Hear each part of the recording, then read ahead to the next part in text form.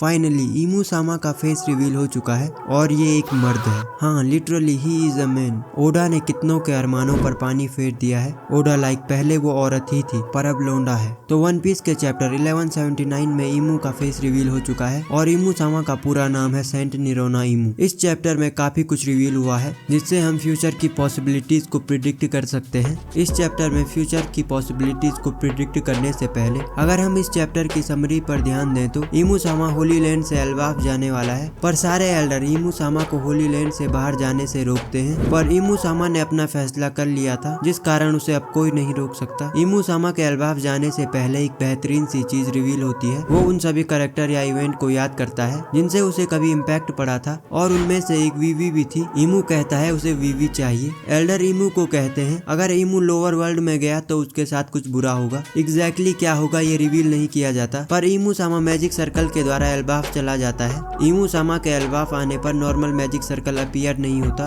बल्कि इस magic circle का आकार नॉर्मल मैजिक सर्कल से काफी ज्यादा बड़ा था और एल्डर्स के मैजिक सर्कल जमीन पर बनते थे, पर इमू का मैजिक सर्कल आसमान में बना था। इसने एल्बाफ जैसे जाइंट शहर के आधे आसमान को ढक दिया था। इमू सामा इस मैजिक सर्कल से सीधे थ्रोन रूम में एंट्री करता है और वहाँ से एक मैसिव कॉन्करर हाकी रिलीज करता है जिस कारण से इस कासल की छत टूट जाती है। इससे यहाँ सबको पता चल जाता है कि एल्बाफ में कोई बिग डील आ चुका है। एंड ऑल्सो इमू सामा जब एल्बाफ में आया था तो उसने खून की उल्टी की थी, जो बताता है कि उसे लोअर वर्ल्ड में क्यों नहीं आना चाहिए था। इसके बारे में आगे बात करेंगे। और फिर होता है इमू सामा का फेस रिवील। इमू सामा कासल की छत पर बैठा था और ये रहा इसका फर्स्ट लुक। अब इस चैप्टर के आधार पर फ्यूचर प्रिडिक्शन करें तो इस चैप्टर में हमें फ्यूचर के रिगार्डिंग बहुत सारे हिंट मिलते हैं और ये हिंट ज्यादातर इमू सामा के बारे में ही है। इमू सामा के होली लैंड से बाहर जाने से पहले एल्डर उसे रोक रहे थे, पर वो जाता है और सीधे खून थूकता है। इसका रीजन या तो कोई डिजीज हो सकती है या फिर 800 ईयर पहले इसकी जो जॉय बॉय के साथ बैटल हुई थी उसमें जॉय बॉय ने इसे इतना सीरियसली इंजर्ड कर दिया होगा कि वो अभी भी रिकवर नहीं कर पाया। और हमें इस पैनल में पता चलता है कि उसकी डिजायर है वीवी। मे बी इमू की जो भी डिजीज है उसे सही करने का तरीका है वीवी। ये तो नहीं पता कि वीवी उसे ठीक कैसे कर सकती है,